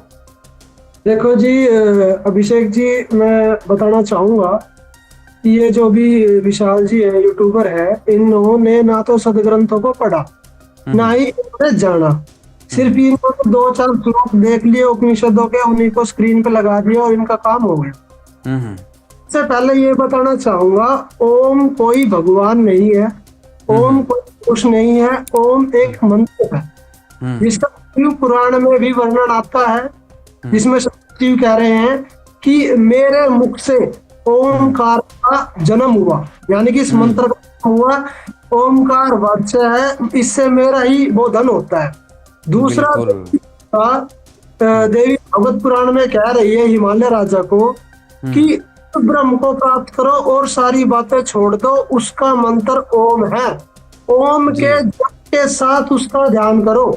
जप किसे कहते हैं? मंत्र का जाप करना। तो ओम मंत्र का जाप करो और ब्रह्म का ध्यान करो, ब्रह्म को पा जाओगे। दूसरी बात यह है कि जैसे कि इन्होंने बताया कि श्री कृष्ण जी ही पूर्ण परमात्मा है, श्री कृष्ण जी ही परम अक्षर ब्रह्म है। आज तक हम सुनते आए हैं और वेद ग्रंथ भी हमारे प्रमाणित करते हैं कि श्री कृष्ण जी विष्णु जी का अवतार है। और श्रीमद् देवी भागवत पुराण में यह प्रकरण आता है कि एक बार ब्रह्मा जी से नारद जी ने प्रश्न किया कि इस सृष्टि के रचयिता कौन है, कौन भगवान? तो ब्रह्मा जी ने कहा कि मैंने एक बार विष्णु जी को तपस्या करते हुए देखा। तो मैंने जी से कहा कि विष्णु जी, आप तो परमात्मा हो, जगत के पिता हो, आप किसका तप कर रहे हो, आप किसका ध्यान कर रहे हो? तो विष्णु जी ने कहा कि ब्रह्मा जी, देवता, दानव, मानव ये सभी जानते हैं, ये सभी ये अपनी बुद्धि से सोचते हैं कि आप तो सृष्टि की रचना करते हो, मैं पालन और शिव जी संहार करते हैं, लेकिन वो ये नहीं जानते ये सृष्टि पालन और संहार करने की शक्ति हमें देवी दुर्गा से मिली है। और मैं वैसे तो मैं सदा ही युद्ध करने में लगा रहता हूँ, राक्षसों को लगा रहता हूँ, और उनको मारने से मुझे टाइम मिलता है तो मैं तपस्या करता हूँ, और तपस्या करने से टाइम मिलता है तो मैं कुछ समय लक्ष्मी जी के साथ सुख पूर्वक बिताता हूँ। और मेरी नजर में ब्रह्मा जी श्री देवी दुर्गा जी से ऊपर कोई देवता नहीं है। इनको श्री कृष्ण जी उर्फ विष्णु जी को ये परम अक्षर ब्रह्म बता रहे हैं, वो ही परम अक्षर ब्रह्म इनकी जबान में श्री देवी दुर्गा को भगवान बता रहे हैं कि देवी दुर्गा करनी चाहिए। और देवी दुर्गा देवी पुराण में ही हिमालय राजा को ज्ञान दे रही है, एक प्रकरण का ध्यान है, उसमें देवी दुर्गा कह रही है कि सब बातों को छोड़ दो, मेरी भक्ति भी छोड़ दो, सिर्फ उस ब्रह्म की भक्ति करो जिसका ओम मंत्र है, और वो ब्रह्मलोक में रहता है जी। यही प्रमाण हम ले लेते हैं गीता अध्याय 8 के श्लोक नंबर 13 में। वो की भक्ति देवी दुर्गा हमें बता रही है, हिमालय राजा को बता रही है, वो ब्रह्म कि मेरा ओम मंत्र है। अध्याय के 13 श्लोक में बोल रहा है कि ओम इति अक्षरम ब्रह्म वारण मामनुसमरणीय प्रयाति तजन्देयम सयाति परमाम गति, कि मुझ ब्रह्म को प्राप्त करने का उच्चारण करके, उच्चारण किसका होता है? मंत्र का ही तो उच्चारण करेंगे या किस ब्रह्म का उच्चारण करेंगे? मंत्र का उच्चारण करके जो शरीर का त्याग करता है वो ब्रह्मलोक को प्राप्त होता है। गीता 8 श्लोक नंबर 16 में कहा कि ब्रह्मलोक जाने वाले भी वापस आते हैं। ठीक है, फिर उसमें कहा है कि अर्जुन तू सर्व भाव से उस पूर्ण परमेश्वर की शरण में जा। गीता अध्याय 18 श्लोक नंबर 62 कि तू सर्व भाव से उस पूर्ण परमेश्वर की शरण में जा, उसी की कृपा से तू परम शांति को और सनातन परम धाम को प्राप्त होगा। अब श्री कृष्ण ने तो अपनी भक्ति बता दी। गीता अध्याय 18 श्लोक नंबर 64 में भी उन्होंने बताया है, 65 में भी बताया है कि मैं भगत बन मुझको नमस्कार कर मुझे प्राप्त होगा। और इनकी का मंत्र ओम है। पूर्ण परमेश्वर की जब इन्होंने शरण में जाने के लिए बोला तो अर्जुन को एक ऑप्शन छोड़ दिया कि गीता अध्याय 4 श्लोक नंबर 34 में कहा है कि तत्वदर्शी संतों की खोज कर, मेरे को उस पूर्ण परमात्मा का ज्ञान नहीं है। और उस तत्वदर्शी संत की पहचान है गीता अध्याय 15 श्लोक नंबर 1 में, उल्टा लटका हो सकता विपरीत शक्ति का ऊपर है, पत्ते नीचे है, जो इसको बता देगा वह तत्वदर्शी संत है। अब की जानकारी का कुछ संकेत दिया है गीता अध्याय 17 श्लोक नंबर 23 में कि जैसे कि देखो इन्होंने अपना नाम लिया, जब अपनी भक्ति बताई तो बता दिया मैं ब्रह्म हूँ। फिर गीता अध्याय 17 के श्लोक नंबर 23 में कहा है कि ओम तत्सत इति निर्देश ब्रह्म ने त्रिविधे समर्थे, कि उस चिदानंद घन ब्रह्म को जाप करने का, स्मरण करने का, याद करने का 3 प्रकार का नाम कहा है, ओम और सत। ये नाम है। निर्देश में क्या आ जाता है, संकेत भी आ जाता है और फाइनल फैसला भी आ जाता है। ओम है, वैसे तो देखो हमारे जो पूज्य गुरुदेव जी संत रामपाल जी महाराज जी वो ये बताते हैं कि ये तीनों मंत्र ही कोड वर्ड है। जैसे ऐसे बना हुआ है, उससे कोई भी नहीं जान सकता कि इसको ओम बोलते हैं। वो तो अब सर्वज्ञ हो गया, सबको पता चल गया, तो सबको पता चल जाता है कि ये अक्षर ओम जैसा है, इसको ओम बोलते हैं। तत्व और तत्व ये सांकेतिक है, इसको तत्वदर्शी संत बताएंगे, उनकी पहचान बता दी है। तो इससे स्पष्ट होता है कि ओम से बड़े पूर्ण परमात्मा है। अर्जुन ने कहा गीता अध्याय 8 श्लोक नंबर 1 में कि किम तत्परम किम अध्यात्म किम कर्म पुरुषोत्तम अधिभूतम किम प्रोक्तम अधिदेवम किम उच्यते। परम वो ब्रह्म क्या है, अध्यात्म क्या है, ये सारी भक्ति विधि क्या है। तो गीता ज्ञानदाता ने गीता अध्याय 8 श्लोक नंबर 3 में कहा है कि वह परम अक्षर ब्रह्म है। जैसे कि यूट्यूबर भाई विशाल ने कहा है कि श्री कृष्ण जी परम अक्षर ब्रह्म है। अगर श्री कृष्ण जी परम अक्षर ब्रह्म होते तो वो खुद क्या देते कि मैं परम अक्षर ब्रह्म हूँ। अर्जुन ने कहा कि वो ब्रह्म कौन है, वो अध्यात्म क्या है और कर्म क्या है। तो श्री कृष्ण जी ने गीता अध्याय 8 श्लोक नंबर 3 में कहा कि वो परम अक्षर ब्रह्म है। और जिसकी में जाने के लिए गीता अध्याय 18 श्लोक नंबर 62 में, गीता अध्याय 18 श्लोक नंबर 62 में कहा है कि उस पूर्ण परमात्मा की शरण में जाओ। अब ये गीता हमारे गुरुजी ने संत रामपाल जी महाराज ने हमें दिया है और अपने सत्संग प्रवचनों में भी सारी जनता को हमारे गुरुजी ज्ञान दे रहे हैं, और ये ज्ञान है कबीर ज्ञान। अब कबीर साहब जी का ग्रंथ है कबीर सागर जी। हाँ जी बताइए, कंटिन्यू करिए। कबीर सागर है गीता ज्ञान, इसमें उग्र गीता नाम से एक अध्याय है। कहना चाहूंगा कि जो संत रामपाल जी महाराज कबीर ज्ञान दे रहे हैं वो कबीर जी आज से 600 साल पहले अपने ग्रंथ कबीर सागर में श्री धर्मदास जी से लिखवा के गए। गीता का एक एक श्लोक अपनी वाणी में लिखा हुआ है। तो बताना चाहूंगा कि जो हमने गीता अध्याय 5 श्लोक नंबर गीता अध्याय 4 श्लोक नंबर 5 में कहा कि जैसे कि अर्जुन ने कहा कि परमात्मा कौन है, मैं आपकी शरण में हूँ, आप मेरे गुरु हो, जो भी मेरे लिए सही है वो बताएं। तो श्री कृष्ण जी ने गीता अध्याय 4 श्लोक नंबर 5 में कहा है कि तेरे और मेरे बहुत से जन्म हो चुके हैं, उनको मैं जानता हूं, तू नहीं जानता। अब कबीर में हम इस श्लोक को पढ़ेंगे। सागर में एक उग्र गीता अध्याय है, उसमें कहा है कबीर जी ने, हे अर्जुन आपन जन्म मरण बहुत तेरे, तुम ना याद है मेरे। तो ये श्लोक कबीर वाणी में लिखा हुआ है। फिर गीता अध्याय 2 श्लोक 17 कि अविनाशी तो तू उसको जान जिसको मारने में कोई समर्थ नहीं है, वास्तव में परमात्मा वो है। अब कबीर ने इसी श्लोक को अपनी वाणी में बताया है कि नाश रहित प्रभु कोई और रहाई, ताको कोई मार सकता नहीं। कबीर जी अपनी वाणियों में गीता जी का ज्ञान दे रहे हैं। फिर आगे कहा है, जैसे गीता अध्याय 8 के श्लोक नंबर 1 में अर्जुन ने सवाल किया था कि तत् ब्रह्म क्या है, तो कबीर जी श्लोक को अपनी वाणी में बताया है, तत् ब्रह्म परम अक्षर ब्रह्म कहाया, जिन सब ब्रह्मांड बनाया। श्री कृष्ण गीता अध्याय 8 के श्लोक नंबर 3 में क्यों परम अक्षर, कबीर जी भी कह रहे हैं कि तत् परम अक्षर ब्रह्म कहाया, जिन सब ब्रह्मांड बनाया। अब अध्याय 8 के श्लोक नंबर 5 से 7 में गीता ज्ञानदाता कह रहा है कि मेरी भक्ति करेगा तो मुझे प्राप्त होगा। वही कबीर कह रहे हैं कि मम भक्ति करो मोकू पाई, या मैं कछु संशय नाही। फिर आगे कहा है कि जहाँ आशा तहाँ वासा होई, मन कर्म वचन सुमरिया सोई। गीता जी के ज्ञान में गीता ज्ञानदाता भी यही कहता है कि अंतिम समय में जिसकी आशा जहाँ होती है वो उसी को प्राप्त होता है। ये जी बता रहे। फिर आगे कहा है कि जो है सनातन अविनाशी भगवाना, वाकी भक्ति करे वापर जाना। अब गीता 8 श्लोक नंबर 8, 9, 10 में कहा है कि अर्जुन ये नियम है कि जो उस पूर्ण परमात्मा की भक्ति करता है वो उसी को प्राप्त होता है भक्ति की से। अब कबीर श्लोक वाइज वाणी वाइज वही ज्ञान बता रहे हैं। आगे कहा है कि जैसे गीता 8 श्लोक नंबर 13 में इसने गीता ज्ञानदाता ने कहा कि मेरा ओम मंत्र है, मैं ब्रह्म हूँ। तो कबीर जी ने बताया है कि मम मंत्र ओम अकेला, ताका ओम तत्सत दुएला। जैसे गीता ज्ञानदाता ने कहा कि गीता 8 श्लोक नंबर 13 में कि मेरा ओम मंत्र है, और उस परमात्मा का गीता 17 श्लोक नंबर 23 में ओम तत्सत, ये 3 मंत्र है।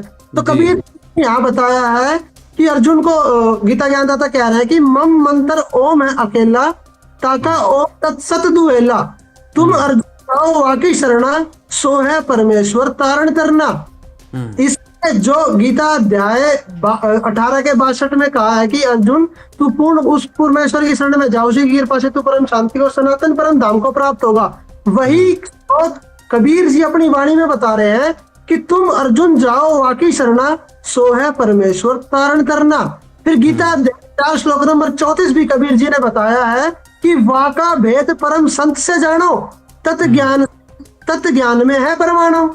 फिर आगे है एक गीता अध्याय 18 श्लोक नंबर 64 में कबीर जी ने अपनी वाणी में बताया है ये श्लोक कि अति गुप्त से गुप्त भेद और बताऊं, मैं भी ताको इष्ट मनाऊं। गीता ज्ञानदाता अध्याय 18 श्लोक नंबर 64 में खुद कह रहा, पढ़ भी सकते हो कि अर्जुन तेरे को अति गोपनीय से गोपनीय भेद और बताता हूँ कि जिसकी मैं आपको करने को कह रहा हूँ ना, मेरा भी वही इष्ट है। तो गीता ज्ञानदाता को, जिस गीता के ज्ञान को संत रामपाल जी महाराज जी कबीर ज्ञान से बता रहे हैं, वही गीता ज्ञान कबीर साहब 600 साल पहले अपने ग्रंथ कबीर सागर में लिख के चले गए हैं। और मैं ये स्पष्ट करना चाहता हूँ, ये बताना चाहता हूँ कि जो ये यूट्यूबर भाई है चार, मैं तो इसको मूर्ख भी कह दूं तो कोई बड़ी बात नहीं होगी कि ये कह रहे कि कबीर जी ने तो पाखंड का नाश किया है। कबीर जी ने पाखंड का नाश किया, संत रामपाल जी महाराज जी भी तो पाखंड का नाश कर रहे हैं। संत जी महाराज जी कबीर से अलग क्या कर रहे हैं? कबीर जी का ही पूर्ण ज्ञान संत रामपाल जी महाराज आम जन समाज को सरल भाषा में करके बता रहे हैं। गीता वर्डों को, वेदों के कोड वर्डों को कोई नहीं समझ सकता। वेदों में यह भी प्रमाण है कि वो जो परमात्मा जब आता है तो वेदों के गुप्त मंत्रों को भी सरल करके खोल खोल के बताता है। तो संत महाराज आज संपूर्ण समाज को सरल भाषा में गीता का ज्ञान, वेदों का ज्ञान और सभी धार्मिक शास्त्रों का ज्ञान दे रहे हैं। तो मैं यही कहूंगा, इस भाई ने ना तो वेदों को पढ़ा, ना ही इस गीता को पढ़ा, और ना ही इन्होंने कबीर साहब के बारे में पूर्ण रूप से जाना। तो ये अपनी दुकान चला रहे हैं और लोगों को भ्रमित कर रहे हैं। विकास जी, एक चीज और देखी है वीडियो में, जो वीडियो में ये उपनिषद का ज्यादा महिमा मंडन कर रहे हैं कि इसमें उपनिषद में ये लिखा है, मंडूक उपनिषद में ये लिखा हुआ है ना, और क्या बोलते हैं, उपनिषद में कृष्ण ही सब कुछ है, कृष्ण ही परम अक्षर ब्रह्म है। तो क्या सनातन धर्म में उपनिषद का महत्वता है? सनातन धर्म का आधार क्या है?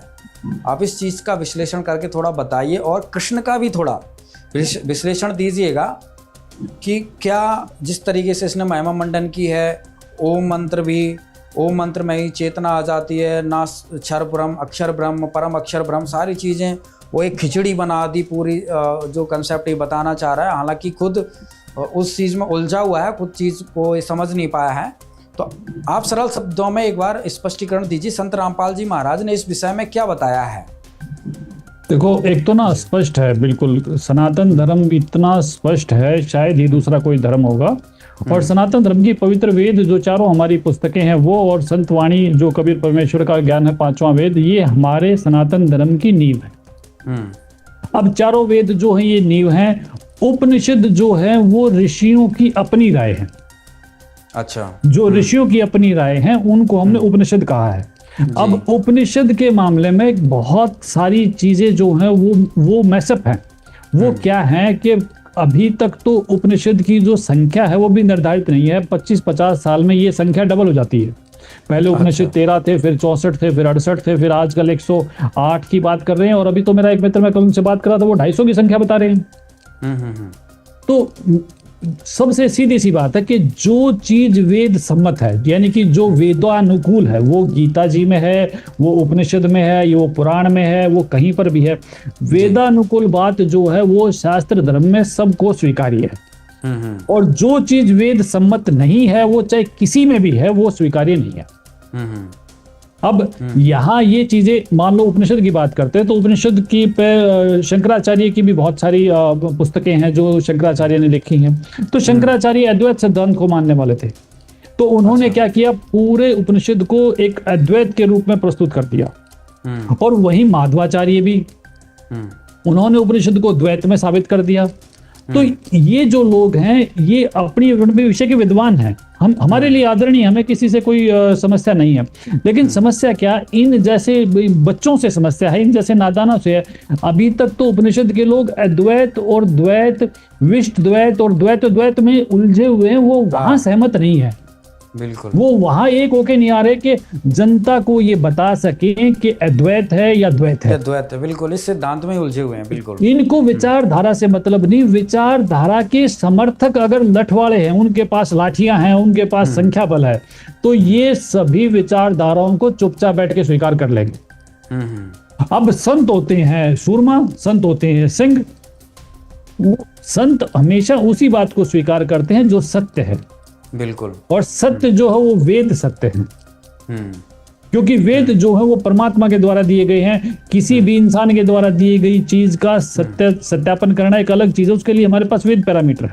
बिल्कुल बिल्कुल। अब ये बात वेदों की करते हैं, लेकिन भेज रहे हैं उपनिषद की तरफ। अरे जब मेरे पास वेद हैं, मुझे उपनिषद में क्यों भेज रहे हैं? एक वो आचार्य प्रशांत भी है, वो बात वेदों की करेगा, उसके बाद वेदांत पे आ जाएगा, फिर उपनिषद पे आ जाएगा। जब आपके पास सरोवर है, मीठे पानी का गंगा सागर है आपके पास, तो आप क्यों जा रहे हैं? ये सिर्फ वेदों से दूर करने के इनके तरीके हैं। बिल्कुल, आज AI का जमाना है, सभी भाषाओं पे सबकी पकड़ है, और वे पवित्र वेद हमारे पास हैं। और जो पवित्र वेद कहते हैं, संत रामपाल जी के जितने सत्संग सुनोगे वो डायरेक्ट वेद दिखाते हैं। वो कहीं आपको नहीं उलझाते, वो सीधे सीधे आपको बताते हैं कि ये वेद है। मतलब सनातन धर्म की जो आधारशिला है वो वेद है, ना कि उपनिषद और ये फालतू की जो चीजें ये नीचे बना रखी है इन्होंने। वही चीज स्वीकार्य है जो वेद सम्मत है। अगर उपनिषद में वो वाक्य हैं जो वेदों के अनुकूल है तो वो स्वीकार्य है, उसमें कोई दोहराई नहीं। लेकिन अगर वो वेद के विपरीत है तो वो किसी भी पुस्तक में है, वो स्वीकार्य नहीं है। अब इसने ये दिखाया कि कबीर देव की बात इसने की कि ये ढूंढ लिया, वो ढूंढ लिया, बहुत ही लूज टॉक इसने की है। मैं उस भाषा में नहीं जा सकता। देके बिल्कुल अथर्ववेद का प्रमाण ले रहे हैं कि भाई कबीर देव को संधि कर दिया। कबीर मतलब इनका कहने का, इन्होंने आरोप लगाया है कि भाई संत रामपाल जी महाराज ने कबीर देव को, कबीर परमेश्वर, कबीर दास को कबीर भगवान बना दिया और वेदों के अर्थों के अनर्थ किए हैं। इस तरीके जो, तो इस पे क्या टिप्पणी है? क्या वेद जो है वो सृष्टि के आदि से हमारे पास है जी। संत रामपाल जी महाराज ने वेद नहीं लिखे, ये सृष्टि के आदि से हमारे पास है। बिल्कुल। और उसमें इसने खुद बताया कु धातु से है, उसका मतलब कवि है, और कवि का मतलब सर्वज्ञ है, सर्वव्यापी है, सब जानने वाला है। बिल्कुल। तो इसने वो सब चीजें बताई हैं। लेकिन यहां समझ, अब कवि का अर्थ इसकी भाषा में सर्वज्ञ और सर्वव्यापी है। साधारण से साधारण छठी का विद्यार्थी भी अगर कोई होगा तो सर्वज्ञ और सर्वव्यापी परमात्मा ही होते हैं, दूसरा तो कोई नहीं होता। बिल्कुल। अब उस कबीर का अर्थ कर दे। अब अगर आप अर्थ कर दोगे, अगर मैं अभिषेक का अर्थ कर दूंगा तो क्या कोई व्यक्ति आपको ढूंढ पाएगा? जी। मैं युवराज का अर्थ कर दूं कि राजा का बेटा, तो क्या वो इन व्यक्ति तक पहुंच पाएगा? कबीर नाम है उस परमात्मा का, ये व्यक्तिवाचक संज्ञा है, कबीर नाम है, और उसके साथ जोड़ दिया गया देव, कबीर देव, यानी कि वो देव जो सर्वज्ञ है, सर्वव्यापी है, उसका नाम कबीर है। अब ये बहुत सारी चीजें आती है। व्याकरण की बात करते हो जी, आप बात कंटिन्यू करें, मैं एक इसमें ऐड ऑन करना चाह रहा हूँ, आप थोड़ा इसमें और विश्लेषण साथ में दीजिएगा। ये कहना चाह रहा है कि कबीर देव जो वर्ड लिखा है, कवि अलग है, देव अलग है। क्या संधि विच्छेद जब होता है तो क्या दोनों शब्द जब मिले हुए होते हैं तो उनके उससे संबंधित नहीं होते हैं? क्या वो पूरक होते हैं? वो मिले हुए ही हैं। कबीर और देव के बीच में दूसरा कोई शब्द ही नहीं है। ये संधि अगर करें, विसर्ग लगा दे, विसर्ग हटा दे तो कबीर देव हो जाएगा। कवि और देव के बीच में अन्य कोई शब्द नहीं है। पहले कबीर हैं, वो देव हैं। अगर हम उसको वास्तविक मंत्र में देखेंगे वेद में, तो कबीर देव इकट्ठा ही है। तो वो देव हैं और उनका नाम कबीर है। तो क्या ये चीज ये स्पष्ट नहीं करती? और ये सिर्फ एक जगह नहीं, ये हजारों जगह है। यजुर्वेद का, मैं आपको यजुर्वेद बताता हूँ। यजुर्वेद का अध्याय है 5 और मंत्र है 32। इसमें उल्लेखित है उसी गशी कबीर अंगारियसी बंभारियसी। यहाँ ये क्यों नहीं लिखा कि जो है ओम अंगारियसी और ओम बंभारियसी? ओम अंगारी और बंभारी का मैं अर्थ कर देता हूँ पापनाशक।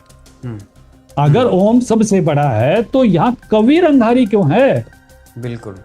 और यहाँ तो कोई विसर्ग नहीं है, कोई कुछ भी नहीं है, मैं सीधी सीधी चीजें हैं। इसमें तो कोई भी किसी तरह की मात्रा हलंत नहीं है। कबीर को पापनाशक बताया है। तो अगर पापनाशक कबीर है तो सबसे बड़ा कौन है? कबीर। सही है। तो ये सिर्फ एक जगह नहीं है। और दूसरी चीज, इसकी हिम्मत ही नहीं थी कि ये संत रामपाल जी महाराज की ज्ञान गंगा खोल सके। आज तक मेरा 25 साल का अनुभव है अभिषेक जी, आज तक किसी की हिम्मत नहीं हुई कि ज्ञान गंगा का एक पृष्ठ भी कोई खोल के दिखा सके। बिल्कुल बिल्कुल। क्यों नहीं दिखाया इसने? सम्मत है। क्योंकि ये जानते हैं कि वो जो पुस्तक है वो कंप्लीट है। ये देखिए अगर स्क्रीन पे मैं आपको दिखा रहा हूं, मैंने इसको मार्क किया हुआ है? तो यहाँ क्या लिखा है? कबीर अंगारियसी, कबीर लिखा हुआ है ये। बिल्कुल। और इस कबीर को कबीर का भी मैं एक एग्जांपल देता हूं, बहुत सुंदर एग्जांपल एक है। कबीर कैसे हो गया? तो एक बजरंग शब्द है आदरणीय हनुमान जी के लिए। क्या शब्द है? बजरंग। ये बजरंग शब्द जो है, ये वज्र प्लस अंग, वज्रांग। वज्र माने मजबूत, बहुत ज्यादा। आप उसको कहें कि जब कोई मजबूती या उसकी बात आती है तो हम उसके लिए वज्र शब्द का प्रयोग करते हैं। वैसे उसके अर्थ हीरा या लेकिन मजबूती से संबंधित है वो इंद्र का जो हथियार, यानी कि वज्रांग, जिसके अंग बहुत मजबूत हैं, वो है वज्रांग। और वो जब हमारी लोकल भाषा में आता है, खासतौर पर जहाँ जिस क्षेत्र से हम लोग हैं, तो वह का वह बहुत आसानी से हो जाता है, तो उसका हो गया बजरंग। हाँ।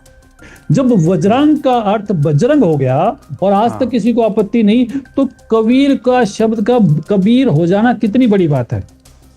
और वो कबीर जी जो 600 साल पहले आए हैं, उन्होंने जो लीलाएं की हैं, कुंवारी गाय का दूध पिया है, वो ऋग्वेद अध्याय मंडल 9 सूक्त 1 और मंत्र 9 है कि वो परमात्मा शिशु रूप में, ये जो निराकार की बात निखिल जी ने बहुत अच्छे से बताई कि वो परमात्मा शिशु रूप, संत सोम, वो शिशु रूप में प्रकट होते हैं। और शिशु रूप में जब प्रकट होते हैं तो गाय से उनका भरण पोषण होता है। ये ऋग्वेद है भाषा, ऋग्वेद भाषा मंडल 9। तो मतलब वो शिशु रूप में, शिशु माने बच्चा, बालक। क्या ये बहुत गंभीर चीज है कि जिसको समझने के लिए मुझे काशी जाना पड़ेगा? काशी विद्यापीठ से जब मैं इसको पढ़ के आऊंगा तब मैं इसको स्पष्ट कर पाऊंगा। क्या ये इतनी गंभीर है? तो शिशु सोमम, यानी कि वो परमात्मा शिशु रूप में प्रकट होते हैं।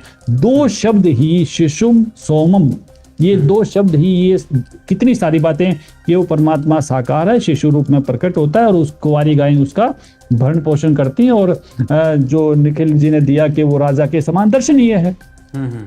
तो जब वेद हमारे पास है तो मुझे ये नहीं पता कि ये पवित्र सनातन धर्म के लोगों को बाकी जगह क्यों धकेलना चाहते हैं, सिर्फ इसलिए कि ये उन बातों को ना समझ सकें।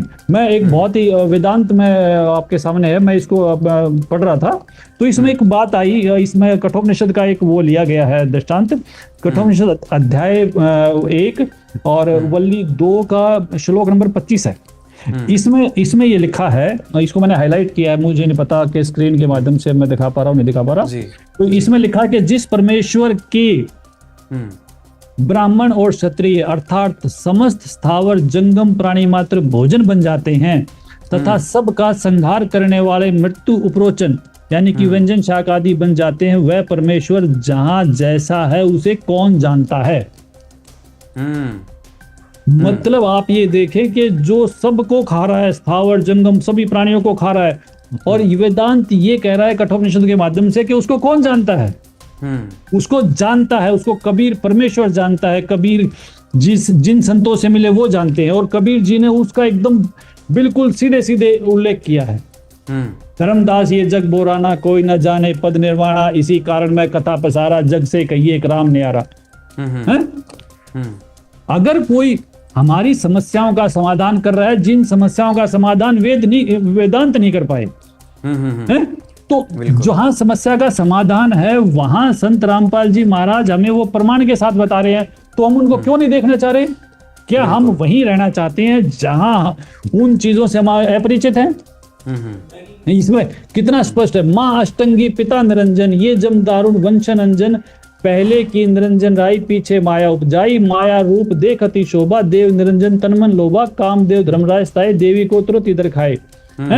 इसे 3 पुत्र जाए, और ये 3 पुत्रों की जो हमारी पवित्र देवी भागवत पुराण है उसमें भी इसका उल्लेख है। पवित्र गीता जी अध्याय 14 का 3, 4, 5 में भी इसका उल्लेख है कि वो जो प्रकृति रूप में है वो तीनों पुत्रों की उत्पत्ति करती है। अगर संत रामपाल जी महाराज आज सृष्टि में ना हो तो ये ज्ञान नहीं सुलझ सकता अभिषेक जी। संत रामपाल जी महाराज एकमात्र संत हैं जिन्होंने इस पूरे ज्ञान को, जैसे आपने कहा ना, एक बहुत कबीर जी की वाणी, नो मन सू तुलजिया ऋषि रहे चकमार, और सतगुरु ऐसा सुलझा दे कि उलझे ना दूजी बार। वो सतगुरु अगर कोई है तो वो सतगुरु संत रामपाल जी महाराज हैं। मैं कोटि कोटि प्रणाम करता हूं उन महापुरुषों को, वो जिन्होंने इस पवित्र ज्ञान को इन पवित्र शास्त्रों से हमें सुलझा के दिखा दिया। हम अनपढ़ नहीं है, हम भेड़ बकरियां नहीं है, ये सभी आपके सामने है, ये देखिए। बिल्कुल बिल्कुल। और ये उनको पढ़ना नहीं चाहता, ये जनता को बहकाना चाहता है। अब ये सूत नहीं उलझेगा, ये सृष्टि परम पर ब्रह्म और पूर्ण ब्रह्म का पूरा ज्ञान प्राप्त करके रहेगी। ऐसे यूट्यूबर नहीं रोक पाएंगे, ये अंधे गधे हैं जो रेल के सामने खड़े हैं। जी धन्यवाद। बहुत बहुत धन्यवाद आप सभी ने जिस तरीके से हाइपर क्वेस्ट का ऑपरेशन किया, पोस्टमार्टम किया, उनके बताए गए हर एक तथ्य का आपने पर्दाफाश किया, प्रमाणित उत्तर दिए। अब हम प्रोग्राम को अंत करते हैं। इससे पहले 2-2 मिनट आप सभी के और लेते हैं। जिस तरह से आज समाज में व्याप्त पाखंड है, और ये छोटे मोटे जो यूट्यूबर हैं जो अपने आप को पता नहीं कितना ज्ञानी विद्वानी समझते हैं, और आज हमने देख ही लिया है कि हाइपर क्वेस्ट का जो ज्ञान है वो कितने लेवल तक है, कितने शास्त्रों से प्रमाणित है। मतलब फर्स्ट लेवल पे ही क्लीन बोल्ड हो रहे हैं वो, हर चीज़ उनकी झूठी पाई गई है। तो आपसे विकास जी आपसे जानना चाहेंगे, क्या कहेंगे अंत में आप हमारे दर्शकों को? देखिए, ये जो यूट्यूबर है ना अभिषेक जी, ये कोई बदलाव लाने की औकात नहीं रखते, इनका सिर्फ एक धंधा है। और ये बहते पानी के साथ बहने वाले लोग हैं, और मुर्दे की खासियत ये होती है कि वो पानी की दिशा में ही बहता है। तो इनको किसी बात से मतलब नहीं, सच्चाई क्या है झूठ क्या है इनका कोई लेना देना नहीं। इनको इस बात से मतलब है कि तुम्हारी दुकानदारी कैसे चलेगी और तुम्हारा माल कैसे बिकेगा। तो ये दुकानदार लोग हैं, इनके मामले में क्या कहें। अब दुकानदार को तो दुकानदारी से लेना देना है। अब दुकानदार तो सिगरेट भी बेचता है, दुकानदार तो वो सब चीजें बेचता है जो समाज के लिए बहुत हानिकारक है। लेकिन हाँ, तो ये ऐसे दुकानदार है, इनको समाज के हानि लाभ से कोई लेना देना नहीं। तो ये वो सब चीजें बेचते हैं जिनसे इनको फायदा होना चाहिए। बाकी कोई भी समाज का मोक्ष से कोई मतलब नहीं, पूजा पाठ से कोई मतलब नहीं, सुखों से कोई मतलब नहीं। संत रामपाल जी की सत भक्ति से कितने लोगों के कैंसर ठीक हो रहे हैं, कितने लोगों के दमे ठीक हो रहे हैं, कितने लोगों की बीमारियां ठीक हो रही हैं, कितने लोगों की आयु बढ़ रही है। इसको कोई लेना देना नहीं है इन बातों से। संत रामपाल जी महाराज की शब्द में कितनी शक्ति है कि लोग नशा मुक्त हो रहे हैं। ये बताएगा मुझे कोई कि ये शिक्षम नाम का ऐप बेचने से किस लोग ने नशा छोड़ दिया और किसकी बीमारियां दूर होगी, किसने दवाइयां छोड़ दी। बिल्कुल, ये बकवास लोग हैं। और मुझे लगता है कि ये तो सिर्फ इसने हमारा अपना तो समय खराब किया है, ऊपर से हम लोगों को भी परेशान किया है कि ये सब स्पष्टीकरण हमें उस लेवल पे आगे देने पड़ रहे हैं जिस लेवल पे हमें नहीं आना चाहिए। तो ये साबित करना चाहता है कि कृष्ण ही ब्रह्म है, ब्रह्म ही कृष्ण है, कृष्ण ही परब्रह्म है, परब्रह्म ही कृष्ण है। वो जो एग्जांपल मैंने पहले दिया कि पोता ही दादा है, दादा ही पोता है, पोता ही दादा, दादा परदादा है, परदादा ही पितामह है। मतलब क्या बात है ये, क्या कौन सा तरीका है ये? अभिषेक ही युवराज है, युवराज ही निखिल है, निखिल ही अभिषेक है, और ये सब एक है, इनमें सब में ब्रह्म है। क्या समझे इससे? जी, ये सब बकवास बातें हैं, बचपना है और दुकानदारी है, 2 पैसे के लिए ये सब चीजें ये कर रहे हैं। जी जी, बहुत बहुत धन्यवाद आपका। हाँ जी, निखिल जी, क्या कहेंगे आप अंत में? अंत में मैं ये कहना चाहूंगा कि आज के समय हमारे पूज्य गुरुदेव संत रामपाल जी महाराज पूर्ण मोक्ष का मार्ग, पूर्ण भक्ति प्रदान कर रहे हैं, जिसके अंदर पंचदेव ब्रह्मा जी, विष्णु जी, महेश जी, दुर्गा जी और गणेश जी, इनकी भक्ति के ऊपर जो आती है वो ब्रह्म, अक्षर ब्रह्म और परम अक्षर ब्रह्म। हमारे पूज्य गुरुदेव 3 बार में नाम दीक्षा देते हैं और 3 बार की नाम दीक्षा में संपूर्ण भक्ति, कंप्लीट मोक्ष का मार्ग, पूर्ण भक्ति का मार्ग वो प्रदान कर रहे हैं। जी, आज के समय कोई भी धर्म गुरु पूर्ण भक्ति मोक्ष का मार्ग नहीं दे रहे हैं। सभी के सभी के पास अधूरी भक्ति है, अधूरा ज्ञान है। Complete knowledge, complete right way of worshipping सिर्फ और सिर्फ संत रामपाल जी महाराज प्रदान कर रहे हैं। आपके मीडिया के माध्यम से सभी दर्शकों से प्रार्थना है कि सभी के सभी हमारे पूज्य गुरुदेव जी के साधना टीवी पे 7:30 बजे डेली प्रवचन आते हैं। कृपया आप 1 महीने धैर्य से उनके सत्संग सुने। आप अपने आप को संपूर्ण ज्ञान से प्राप्त पाओगे अगर आप धैर्य से उनके सत्संग सुनते रहोगे। ये उनकी कृपा है, उनकी दया है, जो आज शास्त्र प्रमाणित ज्ञान नेशनल टीवी मीडिया के माध्यम से सभी आम जन समाज के लिए प्रयासरत है और दिखा रहे हैं, प्रवचन कर रहे हैं। जी जी, बहुत बहुत धन्यवाद। जी, हितेंद्र जी, क्या कहेंगे आप? देखिए, मैं कहना चाहता हूँ कि सरकार की नीतियों का विरोध करना, भ्रष्टाचार का विरोध करना और अपने ऊपर हुए अन्याय का विरोध करना, इससे कोई देशद्रोही नहीं हो जाता। जो विशाल का जो मेन मोटिव था, जो संत जी के ऊपर एलिगेशन लगाने का, और चाहे विशाल जी, ये वैसे जी वर्ड मैं नहीं लगाऊंगा इनके आगे, क्योंकि चाहे वो खुद ही ऐसा कर रहे हैं या किसी के कहने पे ऐसा कर रहे हैं, इनका कंधा यूज हो रहा है। तो मैं चेताना चाहता हूं कि मेरे क्लाइंट और संत रामपाल जी महाराज को की जो छवि है वो खराब करने का प्रयास ना करें, और आप लीगल एक्शन के लिए तैयार रहे। अपना डिफेंस आप खुद देख लें, बस इतना ही कहना चाहूंगा। जी जी, युवराज जी। जी, मैं तो एक ही बात कहना चाहूंगा आपके दर्शकों से कि अगर किसी को भी वेद शास्त्रों की पूर्ण ज्ञान जानकारी और सही जानकारी चाहिए तो मेरे गुरुदेव संत रामपाल जी महाराज जी के सत्संग कम से कम 6 महीने तो जरूर सुने, क्योंकि वाणी से, एक प्रकरण से कभी भी कोई ज्ञान समझ में नहीं आता। अगर आपको प्योरली ये वेद शास्त्रों का और कबीर ज्ञान आपको समझना है तो संत रामपाल जी महाराज जी के सत्संग धैर्य के साथ और निष्पक्षता से एक खुली बुद्धि से जरूर सुने और आराम से सुन के मन से, आत्मा से विचार करें जो संत रामपाल जी महाराज जी कह रहे हैं वो वेद और शास्त्रों से मिलता है या नहीं मिलता। जी, आपके अगर कोई जाते हैं तो संत रामपाल जी महाराज जी के शिष्यों से उनके आश्रम में संपर्क करें, आपकी शंकाओं का समाधान अवश्य किया जाएगा। जी, बहुत बहुत धन्यवाद आप सभी चारों अतिथियों का। आपने हमारे प्रोग्राम में आए और हाइपर क्वेस्ट का जो भी वीडियो था वेदों में कबीर, कबीर परमेश्वर, क्या कबीर जी बड़े हैं, संत रामपाल जी महाराज के दावों का सच। आपने एक एक दावे को तत्व ज्ञान रूपी दवाई से उनका इलाज किया। उम्मीद करते हैं विशाल चौरसिया जी का ये रोग नष्ट हो जाएगा। नहीं हो तो उनसे प्रार्थना करेंगे, संत रामपाल जी महाराज के सत्संग सुनेंगे, बखूबी ध्यान से देखेंगे और अगली वीडियो बनाएं तो प्रॉपर रिसर्च करके बनाएं, क्योंकि उसको काउंटर करने में, रिप्लाई देने में हमें भी आनंद आए, क्योंकि आपका हर झूठ का हमने पर्दाफाश किया। तो दर्शकों, आप सभी का भी बहुत बहुत धन्यवाद, आपने हमारा ये प्रोग्राम देखा। अंत में हमारी टीम की तरफ से भी हाइपर क्वेस्ट के यूट्यूबर को एक विशेष संदेश है, विशेष मैसेज है। हे हाइपर क्वेस्ट के विशाल चौरसिया अल्पज्ञानी, जरूर देखिए संत रामपाल जी महाराज की वीडियो सनातन धर्म की पतन की कहानी। दर्शकों, बहुत बहुत धन्यवाद, आपने हमारा इस पूरे प्रोग्राम को देखा, सच से रूबरू हुए। बहुत बहुत धन्यवाद।